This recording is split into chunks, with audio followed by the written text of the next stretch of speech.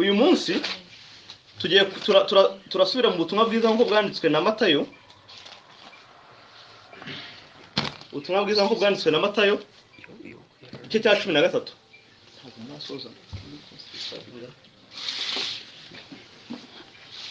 Ubutumwa bwiza nk'uko bwanditswe na Matayo igice cya 13 niho turi bwige uyu munsi.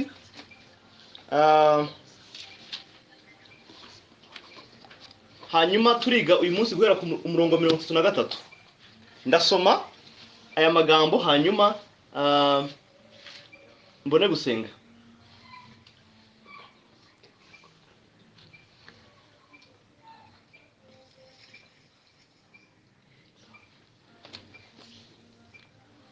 Alright. Reka nsome Matayo igice cya 13 ndasoma umurongo wa 33. Ubushize nari nasomye twize igice cya umurongo wa 31 kugeza kwa 32. Reka mpasome naho aho twize ubushize hanyuma nkurikizeho uwo turi bwige uyu munsi. Ni ubutumwa bwiza ko bwanditswe na Matayo igice cya 13. Aha ni ku migani ya Kristo ivuga ku bwami bw'Imana. Okay. 31 niho ngiye guhera. Abacira undi mugani ati,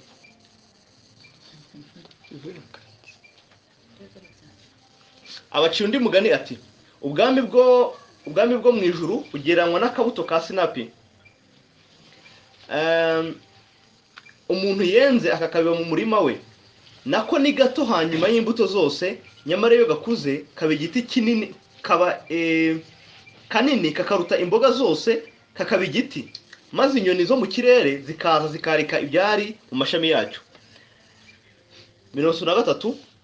Abacira undi mugani ati, ubwami bwo mu ijuru bugereranywa n'umusemburo umugore yenze akawuhisha mu myariko 3 y'ifu kugeza aho iri busemburirwe yose. Imana ishimwe cyane. Reka dusenge hanyuma twige kuri aya magambo. Nyagasani Imana yacu, mushimiye ubuntu n'ukuri kwawe, gushimiye mwami mwiza yuko ari wowe watwimenyekanishijeho binyuze mu ijambo ryawe, ariko cyane cyane by'umwihariko binyuze mu mwana wawe. Gushimiye ko ari wowe waje kugira ngo atumenyeshe ukuri kandi akaduha ubugingo kubw'urupfu n'izuka rye. None mwami rero ndagusabye kugira ngo aka kanya aya magambo uyu mwami wacu bwayivugiye uduhe kugira ngo tuyasobanukirwe. Ari njyewe yavuga mwami, undinde ko mvuga ibyo nishakiye cyangwa se iby'ubwenge bwanjye bumbwiye, ahubwo mvuga ibyo Mwuka Wera yashatse ko bivugwa nyine muri iri jambo. Kandi nabumva nabo data, ndabasabira kugira ngo nkuko wajya kubwira abigishwa bawe ngo mwitondere uko mwumva, nabo mwami ubahe kwitondera uko bumva, kugira ngo buri wese mwami wumva aya magambo ntabe ayo kuzamuciraho iteka ku munsi w'imperuka, ahubwo abaye kumukiza, kugira ngo mwami imitima bayumva yose yakire ijambo nk'ijambo ry'Imana koko. Uwizeye rimukomeze, rimwe gukomeza kwizera ndetse no kwezwa, ndetse utarizera nawe mwami rimuzure kugira ngo abone Kristo wabambwe ari we gakiza kacu kandi ari imbaraga zacu. Reka ro mwami ubane natwe kandi uvugaye natwe mu izina ry'umwana wa Yesu Kristo dusenze twizeye. Amen. Bavandimwe, nkuko namaze kubabwira, dukomeje kwiga nyine ku migani ya Kristo iri muri gitabo cya Matayo, cyangwa se mu butumwa bwiza bwanditswe na Matayo. Iyi ni imigani nyine ngo umwami wacu Yesu yigishirijemo abantu, ubwo ngo bari abantu benshi bamusanganiraga hafi y'inyanja ya Galilaya. Ngo nuko nawe nkuko yari ari we soko y'ubwenge bwose no kumenya kose, kandi akaba ari we waje guhishura Imana mu isi, atangira kubacira imigani y'ibyo batigeze kumvisha amatwi, abamenyesha iby'ubwami bw'Imana. Ngo yababwiraga ibintu batigeze bumva. Ejo twarimo tubiganiraho ukuntu ngo Yesu yajyaga yigisha ibintu ngo bareza kuvuga ngo se ngo uyu muntu yakwiyeho ubutware bwo kubwira ibintu. Ubutware bukuye hehe? Nuvuga ngo n'ubwa mbere babonye mwigisha umeze nk'uwo. Niko ko abantu benshi mu gihe cy'umwami Salomo bahururiye kumva iby'ubwami bwe ubwenge bwe budasanzwe. Ndetse umwami kazi w'Isheba nko tubibona nyine mu bitabo by'abami ngo arenga ibihugu byinshi, ni ngo yikoreye impano z'umurengera aje kumva uvuga amagambo batumvishe mbere mu matwi yabo. Ariko ndakwinginze wowe unyumva muri iki gitondo, wowe uhawe kubaho muri iyi minsi y'imperuka, iyo Aburahamu nawe ubwe kimwe n'abandi bahanuzi benshi bifuje kubamo ariko ngo ntibagira ayo mahirwe, dore uruta Salomo ari hano. ntama w'Imana uhoraho ukuraho ibyaha by'abantu, aravugana natwe muri iki gitondo. Nuko reka turebere hamwe uyu mugani agiye kutwigisha, ngo ni umugani w'umusemburo. Hanyuma turaza kuwucamo ibice bitatu plutôt. Icya kane kiraba ariyo application. Icya mbere turi burebe muri uyu mugani ni intangiriro itagaragara y'ubuntu bw'Imana mu mutima w'umuntu. Intangiriro itagaragara, invisible beginnings of the grace of God in the heart. Nivuga ngo uburyo ubuntu bw'Imana butangira butagaragara ariko mu mutima w'umuntu. Icya kabiri turi burebe plutôt, icya mbere turi burebe ni umusemburo ubwawo mu byanditswe byera. Icya mbere turi burebe ni umusemburo ubwawo mu byanditswe byera. Hanyuma icya kabiri turi burebe nivuga ngo ni the living itself in the scriptures. Nivuga ngo umusemburo ubwawo ukoreshwa mu byanditswe byera. Icya kabiri turi burebe ni intangiriro itagaragara y'ubutumwa bwiza cyangwa se y'ubuntu bw'Imana mu mutima w'umuntu, ndetse no gukora kw'imbere kubyara imbuto. Icya gatatu turi burebe ni ukugwira k'ubuntu bw'Imana mu muntu wese. Icya kane turi burebe ni application cyangwa se icyo isomo turi bukuremo twe ku giti cyacu. So nkuko nabwiye, turahera kureba ijambo umusemburo ubwawo uko ukoreshwa mu byanditswe byera. Kuko hano Yesu yagiye gucira abantu umugani, aravuga ngo ubwami bw'Imana ngo nabugereranya ngo n'umugore ngo wenze ngo imyaka 3 ifu bagashyiraho umusemburo, hanyuma ngo kugeza ubwo ngo uwo musemburo waje gukwira mu ifu yose. Iri jambo umusemburo turaza kubanza turirebe mu byanditswe byera. Umusemburo, mu gihe narimo ntekereza kuri uyu mugani w'umwami Yesu, natangajwe cyane n'ukuntu mu bigereranyo byose yahisemo umusemburo kuba ari wo yigishirizaho iby'ubwami bw'Imana. Mu busanzwe ijambo umusemburo cyangwa se living riba rifite ubusobanuro butari bwiza mu ijambo ry'Imana. Muzajya mubibona ahantu henshi anakoreshwa umusemburo buri gihe ukoreshwa mu buryo buri negative cyangwa se mu buryo butari bwiza. Ahenshi mu byanditswe usanga umusemburo ari ikintu Imana ibuza abantu bayo cyane cyane gukoresha mu bintu byejejwe, ku buryo ndetse Abisirayeli mu minsi 3 bari bafite ikomeye bizihizaga mu mwaka. Hari harimo umunsi bita ngo ni umunsi w'imitsima idasembuye. Nivuga ngo bagiraga n'umunsi w'imitsima idasembuye, ukaba ari umunsi wo kwizihiza. Nivuga ngo baryaga imitsima ariko itari mu musemburo. Ngira ngo abantu batumva ijambo umusemburo nyine biraza kubagora. Umusemburo nyine ni produit bakoresha kugira ngo itubure ibintu ndetse ibashe guhisha ibintu bikoreshwa n'ifarini, ibintu bikozwe n'ifarini, amandazi, imigati, amakeke n'ibindi nk'ibyo ngibyo. Rero ngo bagiraga uyu munsi nyine bita ngo ni umunsi w'imitsima idasembuye, unleavened bread. Kuva kera kose umusemburo ntiwari ikimenyetso cyiza mu bantu b'Imana. Tugenda tubona mu byanditswe byera bawukoresha nk'ikimenyetso. Nivuga ngo buri gihe waba ufite connotation cyangwa se ufite ubusobanuro butari bwiza mu bantu b'Imana. Ubwo abamarayika tubona ubwo abamarayika bazaga gusura Loti mu itangiriro cya 19, reka masome mwumve itangiriro 19. Abamarayika ngo baza gusura Loti baje kumukura muri Sodomo na Gomora bagiye kuhatwika. Mwumve ukuntu byagenze. Umurongo wa 3 wa itangiriro 19 aravuga ngo arabahata. Uyu ni Loti uri guhata abamarayika ngo baziwe. Arabahata bagiwe, binjira mu nzu ye, abatekera ibyo kurya, yotsa imitsima idasembuwe bararya. Nivuga ngo yabatekeye imitsima cyangwa se imigati idasembuye. Ukwibaza kuki Loti yanze gushyiraho umusemburo muri iyi mitsima cyangwa se muri iyi migati, kandi tuzi ko ubusanzwe imigati igomba kujyaho umusemburo. Imana ijya kuvana Abisirayeli muri Egiputa ngo iryo joro yabategetse kurya imitsima idasembuye. Mu Kuva 12:8. Kuva igice cya 12:8. Tubona ngo Imana ijya kuvana Abisirayeli muri Egiputa kuri wa munsi wa nyuma iri buze ngo kwica imfura zose z'Abanyegiputa. Iravuga ngo muri iryo joro bazarya inyama zawo, ubwo n'umwana w'intama zokeje, bazirisha imitsima itasembuwe, bazirisha n'imboga zisharira. Imitsima itasembuwe still. Ndetse mbere y'icyumweru bitegura Pasika. Nivuga ngo bamaze kuva muri Egiputa, mbere yuko bitegura nyine uwo munsi basohokeye muri Egiputa wa Pasika, icyo cyumweru cyose ngo bagomba kukimara nta musemburo ubonetse mu nzu yabo. Nivuga ngo ibyo barya byose bakiyeranja ntibashyireho umusemburo. Kuva 12:15-17. Sinzi nimba abantu bari online batari kumva ngo batubwire. Ndabona abantu bari hano wagira ngo bari complaining. Abantu bari online bari kutwumva? Barumva neza. Okay. All right. So kuva 12:15 ndagira ngo murebe naho aravuga ngo muzajye mumara iminsi 7 murya imitsima itasembuwe ku munsi uyitangira mujye mukura umusemburo mu mazu yanyu. Uzarya imitsima yasembuwe uhereye ku munsi wa mbere ukageza ku wa 7 uwo muntu azakurwe mu Bisirayeli. It was so serious.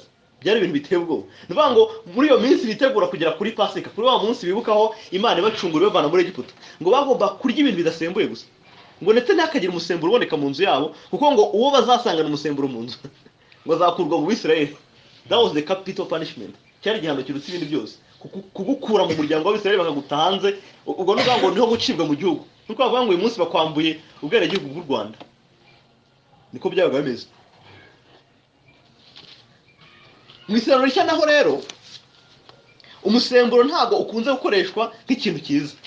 Tugenda tubona mu byanditswe byera byo mwisano rishya. Naho usanga ijambo umusemburo akenshi ritaba rifite ubusobanuro bwiza. Urugero nko muri Matayo 16 ndagira mwumve umwami we ubwe yikoresheje ijambo umusemburo yarikoresheje atariho ubusobanuro bwiza.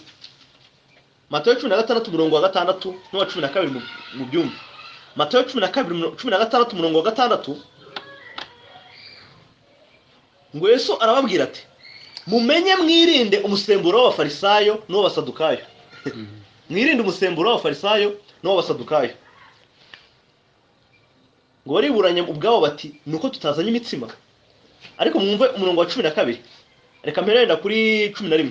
Ni iki kibabujije kumenya yuko ntababwiye iby'imitsima? Keretse ko mwirinde umusemburo w'abafarisayo n'uw'abasadukayo. Hano ari kubabuza ngo mwirinde. Abagiye kujyana nyine bati turagiye rero hari ahantu hari abafarisayo n'abasadukayo. Mwirinde umusemburo wabo.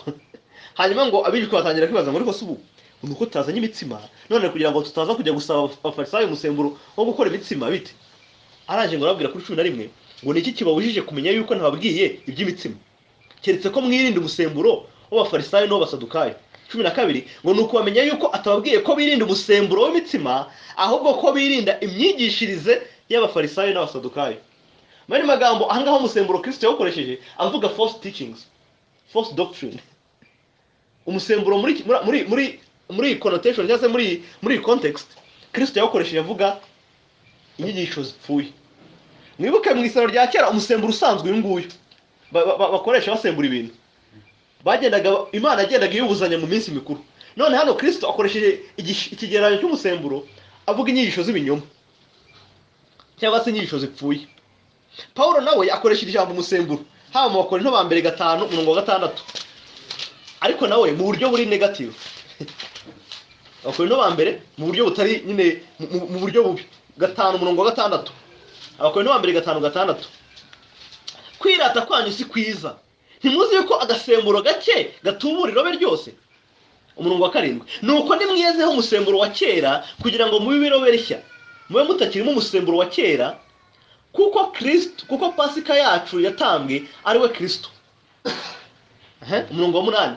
Ngo nuko rero tujye tuziririza iminsi mikuru tudafite umusemburo wa kera cyangwa umusemburo ari wo gomwa nibibi, ahubwo tugire imitsima idasembuwe ariyo kuri no kutaryarya. Ahangaha no mwisano rishyaho umusemburo ntago bawufataga mu buryo buri litero. Nuvuga ngo umusemburo uyu nyine bashyira mu ifu, ahubwo wari wasobanuraga ibintu byo mu mwuka. Nuvuga ngo inyigisho z'ibinyoma, gusobanura ngo ibibi byo mu buzima, ingeso mbi, ngo celebrating iminsi mikuru ngo tudafite umusemburo wa kera, ngo ari wo gomwa, ngo n'ishyari. Ngo cyo nicyo Paul ari kwita umusemburo ahangaha.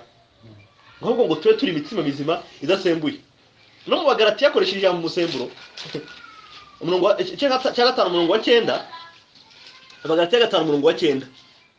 Nubundi igitubura gike gitubura irobe ryose. Hano mu cyongereza akore mu Kinyarwanda akoresha ngo igitubura, ariko mu cyongereza akoresha leaven, umusemburo. Nubundi agasemburo gake ngo gasembura irobe ryose.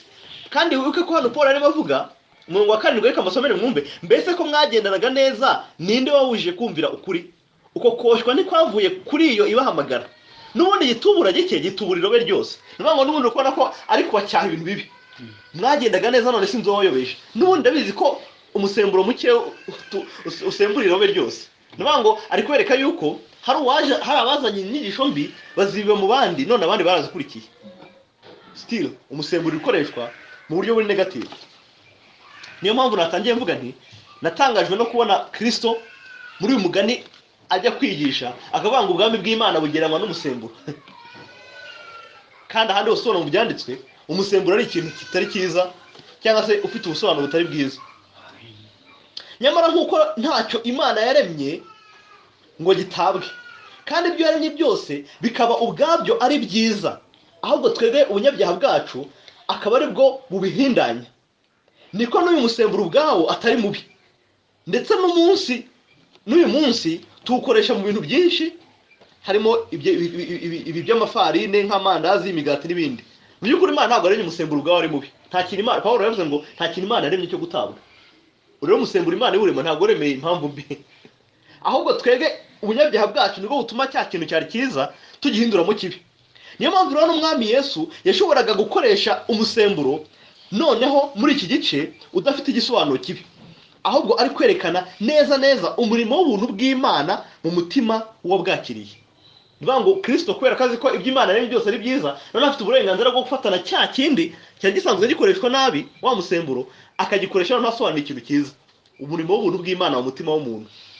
Ariko turubuze kureba nkuko rero ngo umusemburo ugera mu ifu, nubwo kaba ari gake, nubwo kaba ari nk'agatonyanga kawo, ngo ukabasha gutubura ifu no kuyisembura yose uko yabingana kose. Ndetse nk'uko agatonyanga k'umusemburo muri uyu mugani ngo gakwira mu myariko 3 y'ifu. Hano yavuze ngo ubwami bw'Imana ngo bugeranwa ngo n'umugore.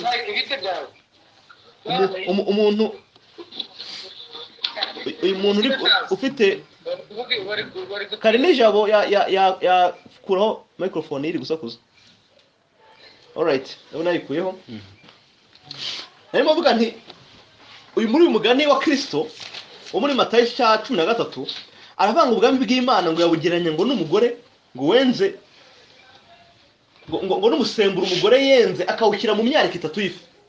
Urumva umusemburo usanzwe wafataga akantu gato, pinch, niba ngo gato cyane, bareze bagashyira ngo ashyira mu myariko 3 y'ifu. Imyariko 3 y'ifu ni ifu nyinshi cyane. Hano nararebye nsanga ngo ni nka litiro 39 hafi 40. Ubwo urwango ni nk'ibiro hafi 40 by'ifu. Ashyiramo aka gasemburo ngo kugeza ubwo ifu yose yagezeho ibisembuye. Murabibona? Ngo niko n'ubuntu bw'Imana rero bukura bugahindura umuntu wese bwahereye mu mutima, kandi mu bwatangiye ari nk'akantu gato. Hano tubaze kubona umusemburo ubwawo uburyo Kristo yawukoresheje, niba ngo mu buryo bugaragaza ubuntu bw'Imana, kandi ubusanzwe ukoreshwa nk'ikintu kibi. Ariko nagira ngo point ya kabiri tureho uyu munsi turebe ngo intangiriro cyangwa se icyo Kristo yashaka kwigisha muri uyu mugani, ngo n'uburyo intangiriro y'ubuntu bw'Imana itangira ari ikintu kitagaragara, ari akantu gato cyane. Uburyo ubuntu bw'Imana butangira mu mutima w'umuntu ari nk'akantu katagaragara, ariko kazaza kugira ngo kazafata umuntu wese kukamuhindura gahereyemo imbere. Ubushize twarebye ku mugani w'akabuto ka sinapi ubajugunya mu butaka ngo kazavamo igiti kinini cyane ngo inyoni zose ziza kwarikamo. Tubona uburyo ubuntu bw'Imana, ubutumwa bwiza n'ubwami bwa Kristo bwatangiranye n'abantu bake batazwe iyo mu cyaro, bukaza gukwira isi yose, kandi niko bigomba kumera, buzakwira isi yose. Kuko twamaze gusoma ya Zaburi ya 2 ivuga ngo abami bo mu isi ngo bateraniye kurwanya uw'Imana yasize, ngo ariko ngo ibareba iri mu ijuru ngo irabaseka. Ivuga ngo abantu bashaka kurwanya ubwami bwa Kristo ngo Imana ibareba yo irabaseka, kuko izi ko ibyo bari gukora batazigera babigeraho. None hano aho tugiye kureba no ubwami bw'Imana butangira mu mutima w'umuntu, mu muntu bwe, ngo bugatangira bumeze nk'umusemburo umudamu yafashe gwashyira mu ifu, hanyuma ngo imyariko 3 yawo, nivuga ngo hafi ibiro 40 by'ifu, ngo kugeza yose imaze gusemburwa. Umuririmbyi wa hymns we yaravuze ngo I know not how the spirit moves, convincing us of sin, revealing Jesus through the word, creating faith in him. Muri Golden Bells indirimbo ya 36 bishyira mu Kinyarwanda, indirimbo igice nakuyemo aka gace nakuyemo k'indirimbo karavuga ngo sinamenya uko mwuka w'Imana ngo agenda mu mutima w'umuntu, ngo yemeza umutima, ngo wemeza umuntu icyaha, amuhishurira Kristo mu ijambo rye, ndetse akamuremamo kwizera. I know not, ntabwo namenye uko bigenda. ngo uburyo ngo mwuka wera ngo yinjira mu mutima w'umuntu ngo akagenda ngo but I know whom I have believed, ngo ariko icyo nzi ngo nziho nizeye, ngo kandi nzi neza ko icyo namubikije ngo azakirinda kugeza ku mperuka. Bari magambo buryo ngo mwuka wera ngo agenda mu mutima w'umuntu ngo akagenda ngo akamwemeza ibyaha, ngo akamuhishura Kristo, ngo akamuremamo kwizera, ntabwo menyera uko bigenda rwose.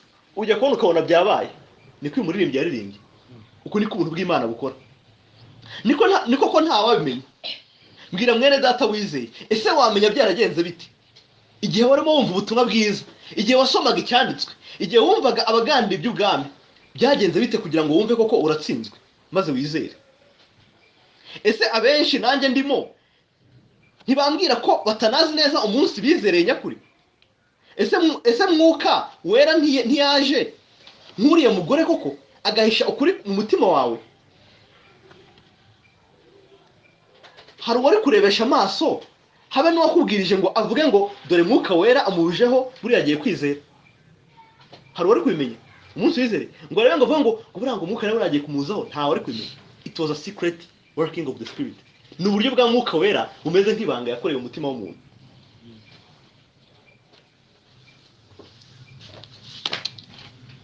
Ahubwo nyine ntibyabaye nk'iby'umuyaga koko, ngo uhuha aho ushatse ukumva guhuha kwawo ukabona ibyo wakoze ariko ubwawe utagaragara. Niko Yesu yavuze muri Yohana igice cya 3. Reka mwasomere mwumve. Avuga uburyo umuntu abyara ubwa kabiri. Ni umurimo Imana ikorera mu mutima. 3 umurongo wa 8 mwumve ukuntu avuga. Reka mere kuri 6. Ikibyarwa n'umubiri nacyo ni umubiri, n'ikibyarwa n'umwuka nacyo ni umwuka. Ngo witangazwa nuko nkubwiye yuko bikwiriye kubyara ubwa kabiri. Ngo umuyaga uhuha aho ushaka ukumva guhuha kwawo ariko ntumenya aho uva cyangwa aho ujya. Ngo niko n'uwabyaye n'umwuka wese amera. Umuyaga ngo uhuha, nuvuga ngo akanya iyo ubonye umuyaga uri guhuha ujye kubona ukabona uri gutwara ibipapuro, uri gutwara ibibabi, ariko se wawunyereka nuvuga ngo dore hano umuyaga w'ubururu, n'umuyaga w'umukara, n'umuyaga w'umweru, ibara ryawo urabona. Icyo ubona wowe ni umurimo uri gukora. Ujye kubona ukabona ibiti biri kunyeganyega, ukumva nawe uri kuguhuha ariko ntabwo ubona ubwawe. Wumva guhuha kwawo, ubona umurimo wawo ariko ubwawe ntubona. Uko niko na mwuka yarakora umutima w'umuntu wamubyara ubwa kabiri. Ninde wambwira ngo iyi saha, uyu munota, iyi segonda, kuri uyu munsi narambikaho urutoki ko aribwo mwuka wera yanjeho atangira gukora umurimo muri jye? Cyangwa se numvise umutima ikintu kigenda maze numva ijwi rimbwira ngo ndi mubi? Ese niho ugiye kumva ukumva ibyo utumvaga noneho ako kanya birasobanutse? Ese mwuka ntiyakujeho ntiyakoze uko ashatse igihe ashatse ndetse no mu buryo ashatse? Nguko uko kimwe n'umusemburo udapfa kuboneka mu ifu ngo ubusa n'utagaragara ugera muri yo ugatangira umurimo wo kwihindura, kwibyimbisha ndetse no kwihisha. Nuko bigenda. Umusemburo nawo uwushyira mu ifu, ntago ujya kureba ngo ese umusemburo uri kugeze hehe, ugeze kuri kangahe, percentage ya kangahe, ahubwo ngo utangira kwikoresha ubwawo, ugahera usembure amagarama 10, ikiro, ibiro 5, ibiro 10, ibiro 20, kugeza ifu yose imaze gusemburwa. Nuko n'umusemburo ugenda. Ndiko na mwuka wera ngo yinjira mu mutima w'umuntu agatangira gukora umurimo w'ubuntu mu mutima w'umuntu kugeza ubwo umuntu wese amaze guhinduka. Kwizera kukaza, yamara kwizera amahoro akaza, n'imbuto za mwuka wera zose zigatangira kuza. Byose bigenda ngo nk'uyu mugani w'ifu. Uko niko mwuka wera akoresha ijambo ry'ubutumwa bwiza, agafungura amaso y'umwuka, agakuraho umutima w'ibuye, agashyiraho umutima woroshye. Ezekiel 26 umurongo wa 25. Reka mwasomere mwumve ko bavuga. Ezekiel 26. Hangaha Imana imo yereka Abisirayeli uburyo ngo izaza kubakiza. Reka nk'umurongo wa 25 kuruvuga. Ngo nzabanyangizaho amazi meza, muzatungana bakure imyanda yanyu yose n'ibigirwamana byanyu byose. 26. Nzabaha n'umutima mushya, nzabaha ngiye ubwanjye Imana ibyikorera. Nzabaha n'umutima mushya, nzabashyiramo umutima, ngo nzabakuramo umutima ukomeye nk'ibuye, mbashyiramo umutima woroshye. Kandi nzabashyiramo umwuka wanjye, ntume mugendera mu mateka yanjye, mugakomeza n'amategeko yanjye mukayasohoza. Ntume bivuga ngo Imana niza igashyiramo ngo nzaza nkora umurimo muri mwebwe, uwo murimo uzatuma noneho mutangira kumpindukirira. Uko niko mwuka wera akora, uko niko Imana ikora. ntawe ubirebesha amaso, ni umurimo utaboneka n'amaso, kandi ni umurimo utangira nk'aho ari mu busabusa, ijambo rimwe cyangwa interuro rimwe cyangwa ngo nyuma y'umwanya munini wumva cyangwa usoma, ariko mu kandi kanya uti icyo nzi ni kimwe, ni uko nari impumyi none ndabona. Yohana 9:25. Hari abantu benshi nzi twagiye dushwana dupfa ubutumwa bwiza, ukamubwira ati ibintu rwose n'ubuyobe, ukamubwira ati ibintu rwose n'inyigisho z'inzaduka, ukamubwira ejo bundi mukajya guhura mugahura ariko birwanira nawe. None se muvane byagenze bite? Ati nyine nanjye ngo nuko byaje. Bavandimwe, bimeze nk'umusemburo ngo umugore yahishe mu ifu.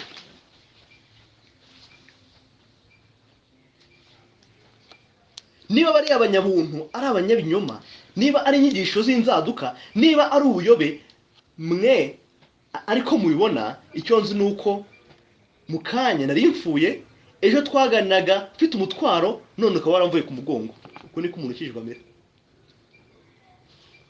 Iyo maze kwizera hano bagatangira kubirwanya, bati ibyo muvuga byose, niba mubita abanyabinyoma, nka wa muntu Yesu yahikije ari impumyi, ngo niba mwumva ari umunyabyaha, njye simbizi, icyo nzi gusa nuko nari impumyi none ndabona. Nawe uravuga ati icyo nzi nuko njyewe nari umunyabyaha none nkaba numva nakijijwe. Nimba ari abanyabinyoma, nimba ari abayobya simbizi, gusa icyo nzi nuko nari mfite ibyaha nikoreye none nkaba numva byanshizeho. Uko niko umuntu ukijijwe amera. Ninde wasobanura uburyo umutima w'umunyabyaha uhindukira mu kanya gato nk'ako guhumbya, ugatangira kwizera Kristo, ubibonaga ko ari mwiza, ko abasha gukora imirimo ikamuhesha ubugingo, ubibwira ko ubutumwa bwiza ari ubuyobe, ndetse akarwanana n'imbaraga kubuhakana kubw'ishyaka ry'idini cyangwa urukundo rw'ibinezeza by'isi n'urukundo rw'irari rya kamere, agahinduka mu kanya gato, agatangira kurwanirira no kwitangira bimwe yarwanyaga. Ese wa mugani wa confession yacu mu gice cyayo cya 10 igika cya 2, ibyo byakorwa n'ikindi kitari imbaraga nk'izazo Yesu Kristo mu bapfuye? No confession yacu ivuga ngo urya Imana ikiza umuntu, ngo ibikoresha imbaraga ngo zingana n'izazo Yesu Kristo mu bapfuye. Niko na Paulo yanditse ngo by the power ngo zakuriye muri Kristo zimuvana mu bapfuye. Izo nizo mbaraga n'Imana ikoresha ikiza umuntu, nizo mbaraga Imana ikoresha iyo umuntu kwizera. Muri ibyo yaravuze ngo najyaga njya kwiriba ry'isi mfite inyota nyinshi cyane, ngo naba ngiye kunywa amazi agakamugwa, ngo nuko nkayabura nkiheba. Noneho ageze kwigisha avuga ngo nuzuye agahinda n'ubwihebe, mbuze ibyo niringiraga, ngo aho kanya akiri nyine muri iyo confusion, ngo amaso yanjye arahumuka, ngo ndamureba Yesu ndanyurwa. Ahumuka ati byagenze bite? Wamaza ngo nabonye ngo ikintu kiza kira oya. Hari abajyambwira ngo Yesu ngaraje ngo bahagarara imbere mu ijoro, ngo arabwira ngo nimwizere, abana agakiza sindakumva. Ariko ubundi ubutumwa bwiza ubwabwo iyo bubwirizwa, Imana niyo yikorera umurimo mu buryo umuntu atabasha kubona, ikemeza umuntu ibyaha bye, ikamwemeza ko adafite ubushobozi bwo gutungana Imana nk'uko Imana ishaka, ikamwemeza yuko icyo wakora cyose utabasha kugera ku rugero Imana ikwemera. Hanyuma mu kanya gato nawe koko ukabona ni ukuri, hanyuma mu kanya gato nawe ukavuga ngo yemwe mbonye ishyano ko ndi umunyaminwa yanduye, kandi ntuhe hagati y'abanyaminwa yanduye, ukamera nka Yesaya. Hanyuma mu kandi kanya ukavuga ati ubu noneho ndamahoro kuko Yesu Kristo yitangiye ibyaha byanjye. Nuko bigenda abavandimwe nk'uyu musemburo. Point ya gatatu tureba ngo ni ugukwira k'ubuntu mu muntu wese. Ndikoresha amagambo y'Ikinyarwanda kugira ngo ntaza wenda kuvuga ibintu abantu bamwe ntibabyumve, ariko nabyita nka spreading of the grace of God in the whole man. Nivuga ngo uburyo ubuntu bw'Imana noneho bukwira mu muntu wese. Nivuga ngo hari uburyo butangira mu mutima w'umuntu mu buryo butagaragara bukamuremamo kwizera, ariko noneho ngo hari uburyo bugenda bukwira mu bitekerezo bugera muri area z'ubuzima bwose. Ubuntu bw'Imana nuko bugenda nkuko yafu igera ngo muri ya myaka 3 ifu nako wa musemburo warangiza ngo ukagenda ukwirakwira hose, ntago ugeramo ngo usinzire, ahubwo uratangira ugakora. Wa musemburo uratangira ugakora uhindura ifu yose kugeza ngo yose imaze gusemburwa. Niko Yesu yavuze ahangaha ngo kugeza aho iri buze gusemburirwa yose, ibyo biro byose nubwo yabiri 100 kugeza ubwo byose biza kuba bisembuwe. Niko n'ubuntu bw'Imana bukora mu mutima w'umuntu. Bene data, ifu ntago isemburwa igice, ngo ntago ari nka Efurayimu wivanze n'amahanga ngo none asa n'ifu yahiye uruhande rumwe. ubuntu bw'Imana bukiza bwagezemo bukora umurimo wabwo bukawusohoza bugeza ku mperuka. Ni koko itangira ari imbuto ntoya yo kwizera ko wabariwe ibyaha byawe, ko ufite ubugingo buhoraho, ariko ngo igenda ikura.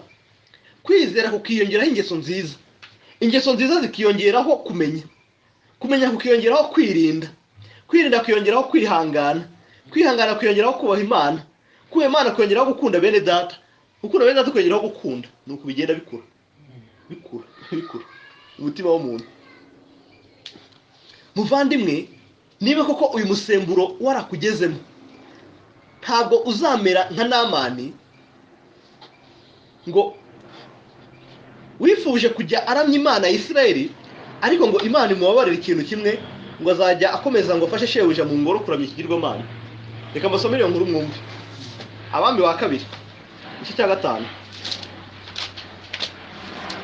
Abami ba kabiri igice cya 5 umurongo wa 17. Uyu ni Namani igihe ngo nabona navuga ngo biri gucika. Ni mwese biri gucikana? Mwese murumva biri gucika cyangwa ni Olivier wenyine? Ni Olivier gusa. Okay. Olivier na refreshing ubwo telefone. So nukuvuga ngo rero nayo mvuga nti umuntu wizeye ubuntu bw'Imana yo mugezemo ntago umera nka Namani ngo rifuza ko yakwizera imbabazi z'Imana gusa, ariko ntiyizere kwezwa n'ijambo ryayo. Abami ba kabiri igice cya 5 umurongo wa 17 n'uwa 18 mwumva ukuntu uvuga.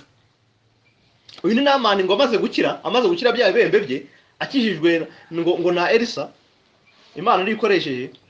Reka mere ku 16 mwumve. Elisa aramusubiza ati, nkurahiye Uwiteka uhoraho uwo nkorera nta kintu cyose ndi bwakire. Yarashatse kumuha impano amuhemba yuko yamukijije. Ngo aramugomera kugira ngo abyende, ariko ndaranga. Nubanga aragumya kumwinginga nyine ngo abifate, ariko undaranga. Namani ati, ubwo utabyemeye ndakwinginze uho umugaragu wawe imitwaro y'ibitaka ihetswe n'inyumbu 2, kuko uhereye none nta zindi mana umugaragu wawe nzatambira igitambo cyoswa cyangwa ikindi gitambo cyose keretse Uwiteka wenyine. We Namani w'umunyamahanga ati, guhera uyu munsi wenda niba utemera impano zanjye ntacyo wemere umpa ibitaka byo mu gihugu cyanyu, ubutaka nyine mujye mwasengeragaho, mbujyane iwacu mburambika ahantu nzajye ndanjye nze musengereho, kuko guhera uyu munsi sinzongera kugira izindi mana nsenga uretse Imana y'Abisirayeli, Uwiteka wenyine. Ngo ariko Uwiteka ajya ambabarira umugaragu we uyu muhango. Databuja iyo agiye mu ngoro ya Rimoni kwiramya yegamye ku kuboko kwanjye, maze nkunama mu ngoro ya Rimoni, iyo nunamye muri iyo ngoro ya Rimoni Uwiteka ajya ababarira umugaragu we. Muranyumvira?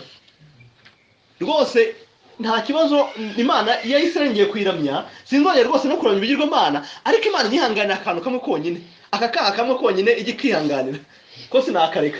Niba ngo umwami kurumva Namani yari umu generali wo ibwami, umwami nazajya gusenga ikigirwamana ngo kaza ngo akambwira ngo tujyane, ngo hanyuma nkunamira Rimoni ngo Imana ijye byihanganira.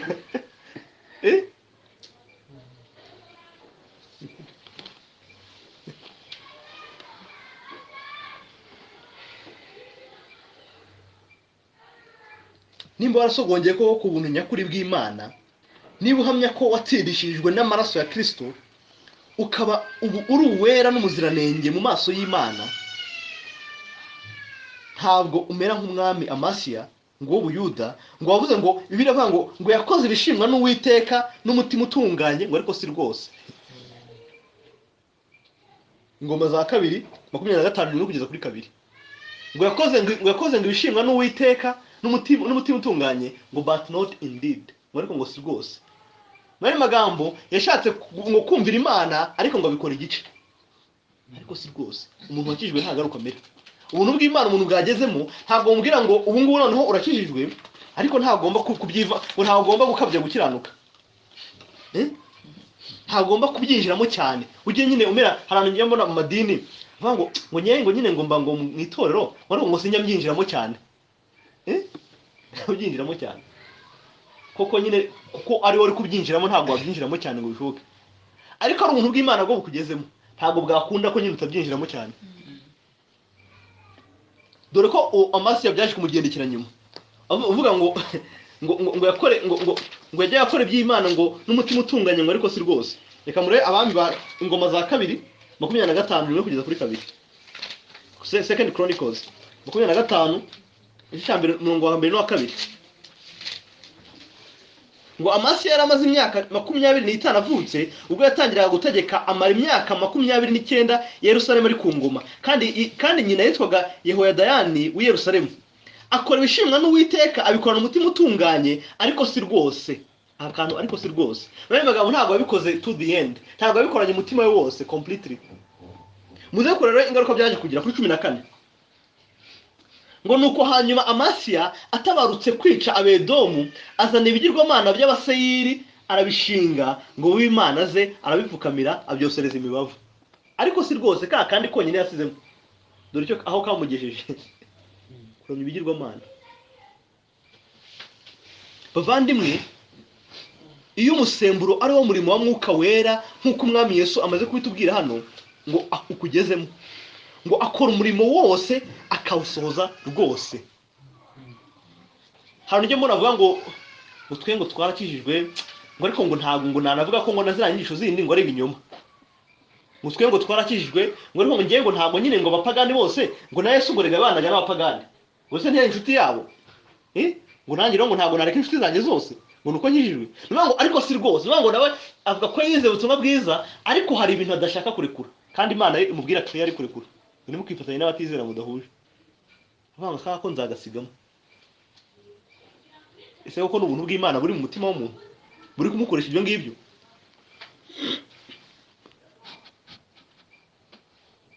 Ijambo ry'Imana iyo rigeze mu mutima w'umuntu rigenda risenya ibigirwamana byose kimwe ku kindi. Kuva wizeye kugeza uvuye muri iyi si. Uwizeye yari asanzwe afite ubusambanyi muri we, Mwuka Wera amwigisha Abaroma 13 ngo kugenda tudasambana ahubwo twambara Umwami Yesu. Reka barugero rw'umugabo witwa Augustine, Saint Augustine, cyangwa se abagatolika bajya bamwita ngo ni mutagatifu Augustine. Bavuga yuko ngo igihe yari atarakizwa ngo yabaga mu busambanyi bwinshi. Aba mu ndaya nyine ageze i Roma atangiye kumva ubuzima buryoshye, ajya mu ndaya akibera muri ubwo buzima bwa promiscuity cyangwa se ubusambanyi. Hanyuma ngo igihe yamaze kwizera ubutumwa bwiza bwa Kristo amaze gukizwa, ngo atangira nyine kubaho ubuzima butandukanye n'ubwo yarimo mbere. Ngo kugeza ubwo ngo igihe kimwe ngo amaze gukizwa ngo dore ko yari yabaho nyine mu buzima bw'ubusambanyi, abana na za maraya nyinshi, ngo rimwe ari mu nzira agenda uwahoze ari indaya ye ngo aramubona. Nuko ngo azasakuza amuhamagara, Augustine. Ngo Augustine bakomeza kugenda atamwumva. Ngo nubwo yamuhamagaye ndetse amwinginga inshuro nyinshi amwiruka inyuma, Augustine yakomezaga kugenda mu nzira ye atamwitayeho. Umugore akomeza ngo kumwirukaho, ngo ariko ahamagara, ngo nuko ngo agera aho ngo Augustine ngo rega ninjye, it is I, Augustine rega ninjye, waranyibagiwe, rega ninjye. Hanyuma ngo Augustine ngo arahindukira, baravuga ngo ndabizi ni wowe, ngo ariko ngewe ntago ari njye. Wenda bizi nibigeze uhinduka, ni wowe wa maraya twabanaga ariko ngewe wari uzi none ntago ari we. Niyo kibazo gihari, niyo bavuna kwitaho uyu munsi. Babyumva? Uko niko umuntu wakijijwe amera abavandimwe. Ubuntu bw'Imana bwagezemo. Yumva ko nyine ngo biravuga ngo yirinda n'umwenda wandujwe ngo ni kibi. Ngo a garment stained by evil. Nawe arawirinda. Uko niko umusemburo nawe ugenda ukora mu mutima w'umuntu. Naho ngo wahoze yumva ubuzima bwe ari amafaranga, kubahwa n'abantu, kuba icyamamare, ngo atangira kuvuga nkuko Paul yavuze mu Galatiya 6:14 ngo ubusingira ikindi nirata uretse umusaraba wa Yesu Kristo. Ngo wanteye yuko iby'isi mbibona nk'ibambwe nabyo bikambona nk'ubambwe. Uko niko umuntu ukijijwe bigenda. Mbere yabagaho yumva ko ubuzima bwose bushingiye kuri fame. Gusa abantu bazamenya gutera, reka nkiriyetinga YouTube channel. Undi ati use abantu bazamenya batera. Hari n'abakobwa nyambona rwose atangira nyine yifotora amafoto wenda yambaye imyenda myiza, bashaka aba followers. Hanyuma akabona ntago ari kuza, akayigabanya akagira migufi, akabona ntago ari kulayikinga cyane, akazamura bango impaka nyine igihe followers bazazira. Ibyo abashaka byose zabikora. For what reason? Kugira ngo usamenyekane. Fame. Hari mwene zato wasenze wabatanze icyifuzo avuga ngo dusabe Imana ngo kugira ngo ngifashe abantu ngo muri iki gihe cy'ubugoryi cya none. Koko ni ukuri. Paul yaranditse avuga ngo Imana dukije igihe cy'ubugoryi cya none, ariko uyu munsi nibwo ubibona noneho ko igihe turimo ari icy'ubugoryi. Umuntu wakijwe rero yitandukanye n'ibi bintu byose. Umuntu ubuntu bw'Imana bwagezemo bugenda bukora in the entire man. Umuntu w'imbere wese arahinduka ndetse n'inyuma bikagaragara. Wari yarabaswe no kuvuga ngo amoko yacu niyo meza, bene wacu nibo beza, abi wacu nibo beza, ugasanga ibintu nk'ibyo ngibyo. Umuryango wacu, abo dukomoka hamwe, hari uburyo ngo ari beza kuruta abandi, cyangwa se abo duhuje, abo tudahuje ntaho duhuriye. Ngo atangira kuvuga nka Paulo ngo nari umuyuda, nari umuheburayo, nari umunyebenyamini, ariko ibi byose ngo maze kuronka Kristo, ngo ntabwo nabitekereje gusa nkaho ari igiciro gike, ahubwo ngo nabitekereje nk'amase. Bya bindi byose yirataga hakomoka bene wabo byose ngo atangira kubibona nk'umwanda. Uyu niko bigenda iyo umurimo wa Mwuka Wera, umurimo w'ubuntu bw'Imana wageze mu mutima w'umuntu. Bavandimwe, nk'uko wa musemburo ngo umugore ngo yawenze bakawuhisha ngo mu ifu, ukagenda usembura ifu yose, nuko nk'uko n'ubuntu bw'Imana buhera mu mutima w'umuntu, bukabanza kumwemeza iby'ibyaha bye, bukamuhishura Kristo, bukamuha kumenya ko yabari ibyaha. Mvuga ngo akanezerwa ati yote rwose nakijwe, ubu mfite amahoro ku Mana. Abaroma 5:1, ubwo twakitsinishijwe no kwizera dufite amahoro ku Mana. Ati ubu ngubu abari muri Kristo Yesu ntateka bazacirwaho. Ibyo bikamunezeza, ariko ntabwo bigarukiraho, bigenda bifata n'ahandi hose mu buzima bwe. N'utundi twose, n'utundi tugirwamana twose yarasanzwe afite, bigenda bidusenya. Uko ni ubuntu bw'Imana bukora mu mutima w'umuntu. Ubuntu bw'Imana bugenda bufata areas zose z'ubuzima bwe, cyangwa se ingingo zose z'ubuzima bwe. Aho kera wumvaga yuko ngo wakizwa ariko ukagira n'ubuzima busanzwe, aho ibyemezo bimwe na bimwe ari wowe wagomba kubyifatira, cyangwa se ngo ugakurikira aho isi nayo igeze nk'abandi. Nzashaka umukobwa mwiza kuruta abandi mu gihugu, bene wacu batazanshishamo ijisho, umugabo je ntazantegeka nifite degree yanjye, ngomba gushaka afite 35, imyaka 35, mfite inzu yanjye, imodoka yanjye, miliyoni 5 kuri konti, nabanje kurya ubuzima n'ibindi. Ibi byose ngo iyo ubuntu bw'Imana bukugezemo, ngo bugenda bukora umurimo. Mwuka Wera agenda anyuzaho umurongo muri buri kimwe, kamwe ku kandi, acishaho umurongo, anyuzaho ikaramu itukura, byose abisiba kura kuri list, kamwe ku kandi, kugeza ubwo usigara uvuga ngo kuri ibyo ubu ngubu kubaho ni Kristo no gupfa bimbereye inyungu. Ukagera aho uvuga nk'uko nyine uko Paulo yavuze muri Filipi 1:20, kubera ko ubuntu bw'Imana bwe kugenda busembura nyine, busembura hose, umusemburo kugenda ukwira ahantu hose. Mwene data, mbese waba uri kubona uyu murimo mu buzima bwawe? Kuva igihe uvuga ko wizereye, waba wabasha gutunga urutoki ku kintu runaka wari usanzwe wariyubakiye mu buryo bw'ibinyoma, Mwuka agenda asenya? Cyangwa kuva uwo musemburo mvuga wakugeramo, n'ubundi ifu iracyari mbisi, uracyari kwa kundi wari umeze? Ese ushobora gushyira itandukaniro kagabana uvuga ngo ese ushobora kubona difference, itandukaniro hagati ya mbere uko wari uri mbere yo kuvuga ngo warakijijwe na nyuma umaze gukizwa? Hari distinction ushobora kubona kuvuga ngo ubu ushobora kwerekana rwose nka cumurongo nkavuga ngo dore uko nari imeze mbere, ibitekerezo byanjye aho byerekezaga none aho byerekeza. Can you see that? Iyo tandukaniro waribona, wari pointing out? Cyangwa ifure cyari kwa kundi yari mbisi nyine, nta musemburo wigeze ugeramo, nta buntu bw'Imana bwigeze bugera mu mutima? Ibyo bivuga wizereye. Dore ko abo muri Efeso mu bw'ijambo ry'Imana ryabageragamo ry'ubutumwa bwiza uko byabagendekeye. Ibyakozwe mu 19, mwumva aya magambo Paulo ngo amaze kubwiriza ubutumwa bwiza muri Efeso. Ibyakozwe mu 19, ibyakozwe n'intumwa cyangwa se Acts of the Apostles, igice cya 19 umurongo wa 16 kugeza ku 20. Ngo nuko umuntu warimo daimoni uwo abasimbukira bombi arababasha, arabanesha bigeze ubwo bahunga muri iyo nzu bambaye ubusa bakomeretsa. Ngo n'abasore bamwe nyine bari bihaye ngo kwirukana abadaimoni nkuko Paulo na Barnaba babikora. Ngo ibyo bimenyekana mu Bayuda n'Abagiriki bose batuye muri Efeso, bose baterwa ubwoba, baterwa n'ubwoba, kandi izina rya Yesu rishyirwa hejuru. Cyo ni cyabaye, izina rya Yesu rigenda rite rishyirwa hejuru. ngo nuko benshi mu bizeye baraza batura ibyaha byabo bavuga n'ibyo bakoze, kandi benshi mu bakoraga iby'ubukonikoni bateranya ibitabo byabo by'ubukonikoni babitwikira imbere ya rubanda rwose. Babaza ibiciro byabyo babona yuko bigeze mu bice by'ifeza inzovu 5. Uko niko ijambo ry'umwami ryagwiriye cyane kandi rikomeza kuganza. Nivuga ngo aba bantu muri Efeso harimo ngo abantu bakora ibintu byitwa magics cyangwa se ngo ubukonikoni. Yene baza bakabeshya abantu ngo dore ngo nitwitse kandi nta itigeze yitwika. Murareba ko mwareba mukabona yitwitse. Magics. Ngo ibyo bitabo byabo byose ngo bya bitabo bigiramo za maji ngo baraje bitwikira imbere y'abantu bati dore rwose ibyo twakoraga kwera ijambo rya Kristo byabagezemo.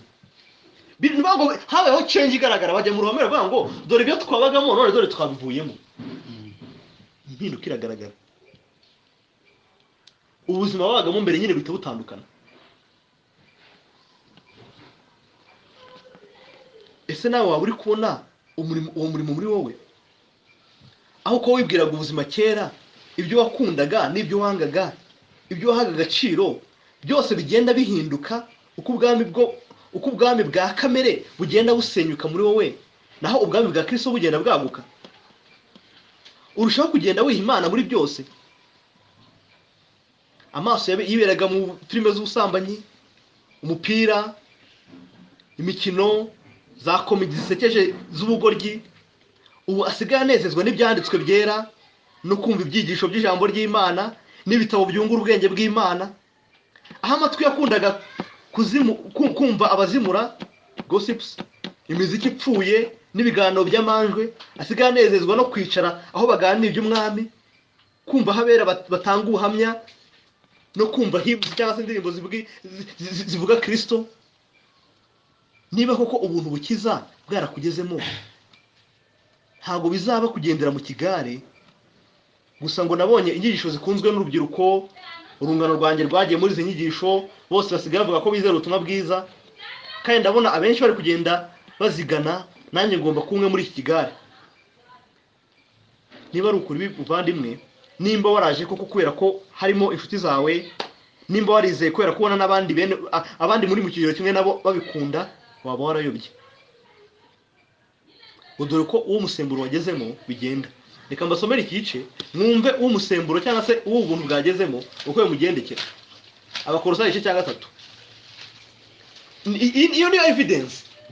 Ntago njya ntangara nyine y'abanyamadini bari kuvuga ngo hari inyigisho z'ubuntu zadutse ubu ngubu ngo zibwira abantu ngo mugende mwikorera ibyaha ko mushatse. Alright, nivuga ngo iyo uvuze ubuntu bihwanye no gukora ibyaha ko ushatse. Ariko ikibazo cya mbere kibaho nuko batabigeze bumva ubuntu bundi abigisha ubuntu bavuga n'ubuhe. Okay, hari abonze nyine bajya bavuga ngo umuntu wizeye ubuntu bw'Imana ngo nagende ngo ntazongere kwiciraho iteka, ajye yikorera ba sultani murabazi. Ariko mu by'ukuri sinekereza ko abarwanya inyigisho z'ubuntu bose baba bavuga sultani. Ahubwo aho bumvise ubutumwa bwiza hose bwa Kristo buvuga ibyo kubarirwa ibyaha nta murimo umuntu akoze, nivuga ngo batabukira muri mu gatebo kamwe. Ariko mu by'ukuri bavandimwe nuko batabazi umurimo ubuntu bukora mu muntu kungana. Wa mugani wa mukristo abwira nta bwenge ngo uri nta bwenge ku buryo utabasha kumva uburyo ubwo buntu bw'Imana yogeza umuntu bumuhindura. Nivuga ngo nta bwenge nyine utabasha kubyumva, n'utabasha kumva uburyo ubuntu bw'Imana buhindura umuntu.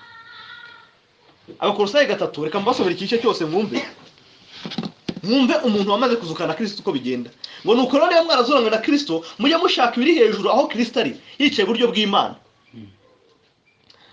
Ngo mujye muhoza imitima ku biri hejuru atari ku biri mu isi, kuko mwapfuye kandi ubugingo bwanyu bukaba bwareshanywe na Kristo ku Mana. Kandi ubwo Kristo ari we bugingo bwacu azerekanwa, namwe muzahera ko mwerekananwa nawe muri mu bwiza. Ngo nuko noneho mwice ingeso zanyu z'iby'isi, gusambana no gukora ibiteye isoni no kurigira no kurarikira n'imyifurizo yose ariyo gusenga ibigirwamana. Ibyo nibyo bizana umujinya w'Imana abatumvira. Kandi namwe mwabigenderagamo kera ubwo mwahuraga muri byo. Ariko none mwiyambure ibi byose: umujinya n'uburakari n'igomwa no gutukana, kandi ntihakagire amagambo ateye isoni aturuka mu kanwa kanyu. Ntimukabeshyane, ahubwo mwiyambure umuntu wa kera n'imirimo ye. Kuko ntimukabeshyane ubwo mwiyambuye umuntu wa kera n'imirimo ye, mukambara umushya uhindurwa mushya kugira ngo agire ubwenge kandi ngo asa n'ishusho y'uwamuremye. aho ntihaba umugiriki cyangwa umuyuda, uwakebwe cyangwa utakebwe, cyangwa umunyeshyanga rigawa cyangwa umusukuti cyangwa imbata cyangwa umudendezo, ahubwo Kristo ni byose kandi ari muri bose.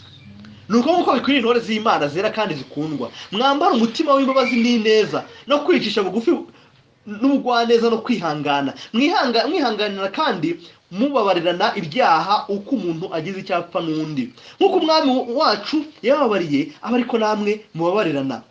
Ariko ibigeretse kuri ibyo byose mwambara urukundo, kuko ari rwo murunga wo gutungana rwose. Mureke amahoro ya Kristo atwarire mu mitima yanyu, ayo mwahamagariye kuba umubiri umwe, kandi mugire imitima ishima. Ijambo rya Kristo ribe muri mwe, rigwira rifite ubwenge bwose, mwigishanye muhugurane muri zaburi n'indirimbo n'ibihimbano by'umwuka, muririmbira Imana ishimwe mu mitima yanyu. Kandi icyo muzavuga cyose n'icyo muzakora, mujye mubikora byose mu izina ry'Umwami Yesu, mushima Imana Data wa twese kubw'uwo. Bavandimwe, uko niko umuntu wakira ubuntu bw'Imana bigenda. Agenda yiyambura bimwe yambara ibindi, ariko se bigende biturutse hehe? Ni ukujya kuri kanyarira ukigarurura hasi kugira ngo ubashane no kwiyambura ibintu? Oya, ngo kuko mwamaze gupfana na Kristo mukazukana nawe. That's the only basis. Naho bikomoka nta handi. Niba ko warapfuye, wa wundi wawe wakera yarapfuye, ubwo wizeraga Kristo. Nimba koko waramaze kumenya yuko wowe ubwawe kuva igihe wavukiye, biravuga ngo twarapfuye, bisobanuye se? Niba kuva igihe navukiye kugeza igihe nakirijwe, iyo myaka yose irimo hagati yari imfabusa mu by'ukuri. Ntarakizwa ni nkaho ntari ndiho, imbere y'Imana ibara nkaho ntari mpari. Niba iyo myaka yose igihe Nikodemo yaza kumusura, ngo Yesu aramubwira ngo reka Nikode, urabona ko ufite imyaka nka 40 kandi uri umwigisha mwiza w'ijambo ry'Imana mu isinagogi, wigisha amategeko nk'abandi bafarisayo bose, ariko kugira ngo ubone ubwami bw'Imana uzigira bigusaba. Ntabwo bigusaba yuko ugenda ugahindura bimwe mu byo wigishaga, cyangwa se ukagira ingeso zawe zimwe na zimwe ugenda uhindura. Oya, ntabwo gusaba yuko wongera ukavuka bushyashya. Nuvuga ngo imyaka yose umaze Imana ikayikuba na 0 ukongera ukavuka. That's what it means to be born again. Nuvuga ngo nuko wongera ugahera a 0. Ntabwo ari ukwihindura ubuzima, ntabwo ari ukureforminga ubuzima. Abenshi abanyamadini bajya gutanga ubuhamya bw'ukuntu bakijijwe, avuga ngo kera nawoga inzoga none naraziretse.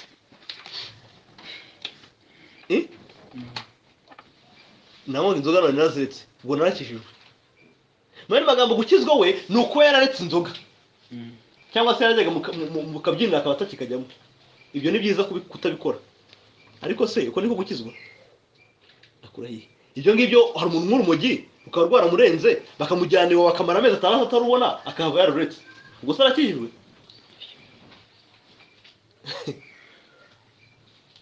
Ukijwe n'ahangaha bitangirira. Ibyo byose agenda areka abirekeshwa n'iki? Ngo nuko yapfanye na Kristo akazukana nawe. Yamaze kumenya yuko ubwe nta bubasha afite bwo kwikiza, hanyuma amanika amaboko arareka Kristo aramukiza wenyine. Yemera ibyo Kristo yakoze ku musaraba ko ari byo bimuhindukira agakiza imbere y'Imana. Yemera ko we ntabwo kiranuka yabona, hanyuma yiringira gukiranuka kwa Kristo kubuntu. Bavandimwe, uwo murimo rero umaze kumugeramo, uwo musemburo umaze kumwinjiramo, ugenda ukora umurimo no mu buzima bwe bwose, uhindura ubuzima bwe bwose kugeza ubwo agenda asa na Kristo mu buryo bwose. Turasoreza kuri iki ngiki rero application. Ese ni rihe somo dukuyemo?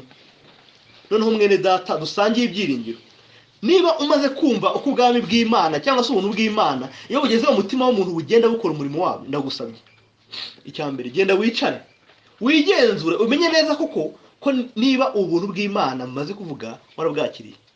Niba ngo uyibaze, ese koko ko mvuga ko nanjye nkijijwe ndi uwera, iki bamaze kuvuga ahangaha ubuntu bw'Imana bukora gutya, nanjye nibwo bundimo? Nimwe John Piper yigeze kwigisha, ni kera nko muri 2017 nibwo nigeze kumva iyo sermon.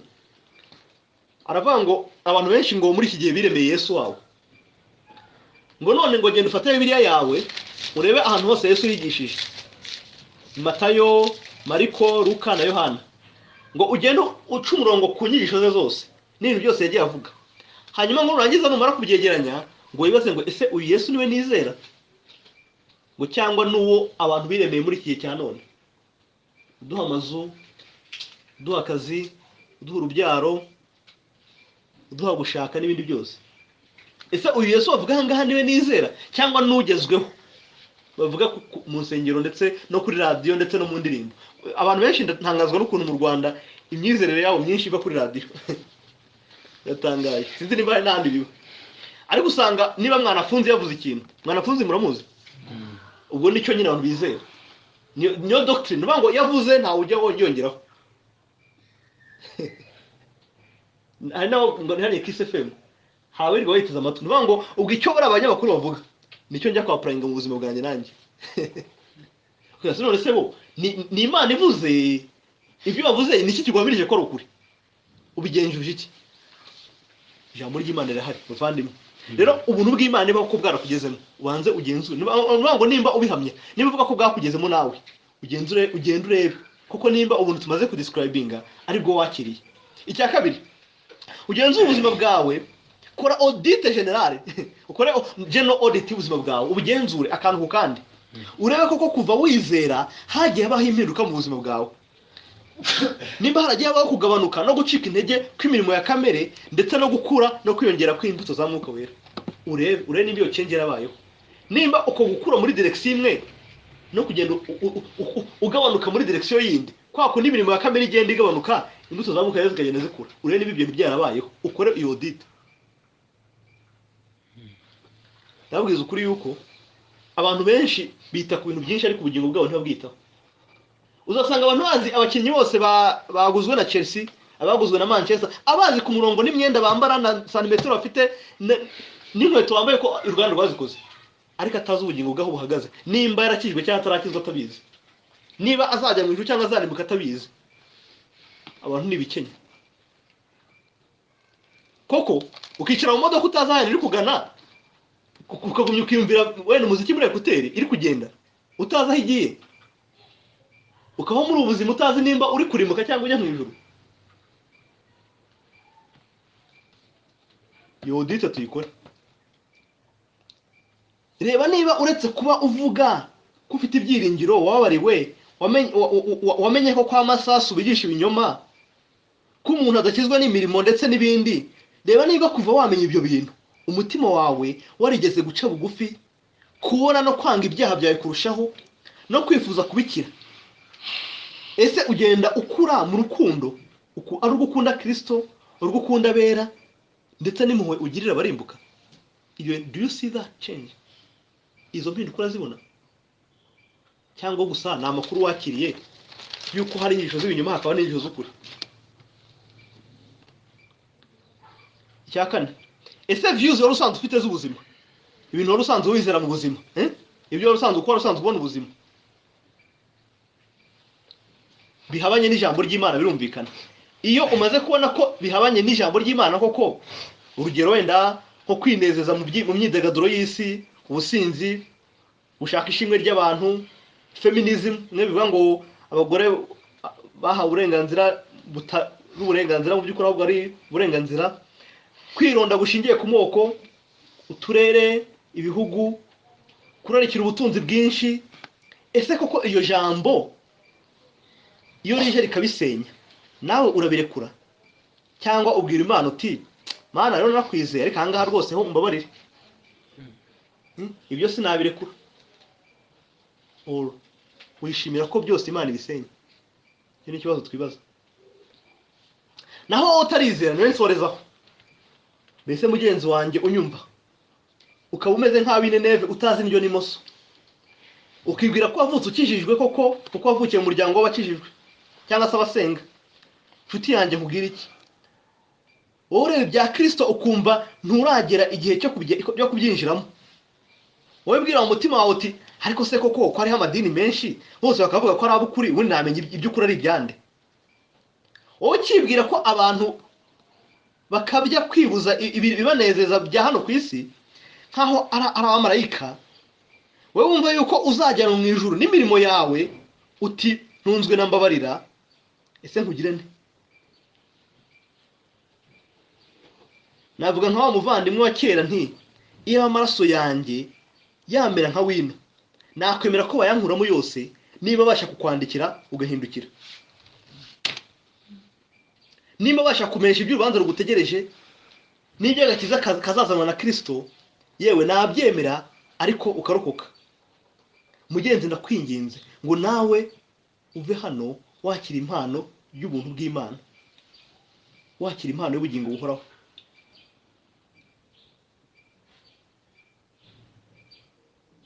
reka nkubwirishe indirimbo hanyuma nawe usubize mu mutima wawe. Cya gitabo indirimbo ya 77 ndayibasomera. Nimba wumva utarizera muvandimwe, ukaba utarishuwa yuko uyu munsi upfuye, ukaba utabizi neza ko uyu munsi uvuye mu buzima, igihe cyose Yesu yazira mwajyana, ukaba utabizi neza, ndagusaba wumve iyi ndirimbo. Ndagusomera mu magambo. Umva munyabyaha we, Yesu ko akuburira. Indirimbo ya 77 muzibanza. Umva munyabyaha we, Yesu ko akuburira. Sigaho gukinisha ubugingo n'urupfu. Umubiri ushukana uzasaza ushireho. Ugiye utagaruka nuko wibikinaho. Takambira Imana ubu itaraca amateka. Yo ntikinisha ibyayo ngwino usaba imbabazi. Gupfa ni kuba kure, wowe kujerajara utyo. Ntuzi kuzarimbuka, wowe kuguma ukuruko. Haguruka haguruka, hunga urupfu rw'iteka. Yesu n'ubukiriro wamuhungiye hose. Bavandimwe, umuntu uzarimbuka nkuko mpora mbivuga azaba yizize, kuko Imana yatanze umwana wayo w'ikinege kugira ngo umwizera wese atarimbuka. Umwizera wese, ntago ari uwirije iminsi 40, ntago ari uwakoze amasengesho y'iminsi 3 buri cyumweru, ntago ari wagiye ku musozi runaka, ntago ari uwakoze imirimo runaka amadini abwira, ni umwizera wese utazarimbuka. Ubwo rero ubu mutabwakira uzaba wizize. Imana ikomeze ijambo ryawe mu mitima yanyu. Murakoze. Reka nsenge hanyuma nsoza.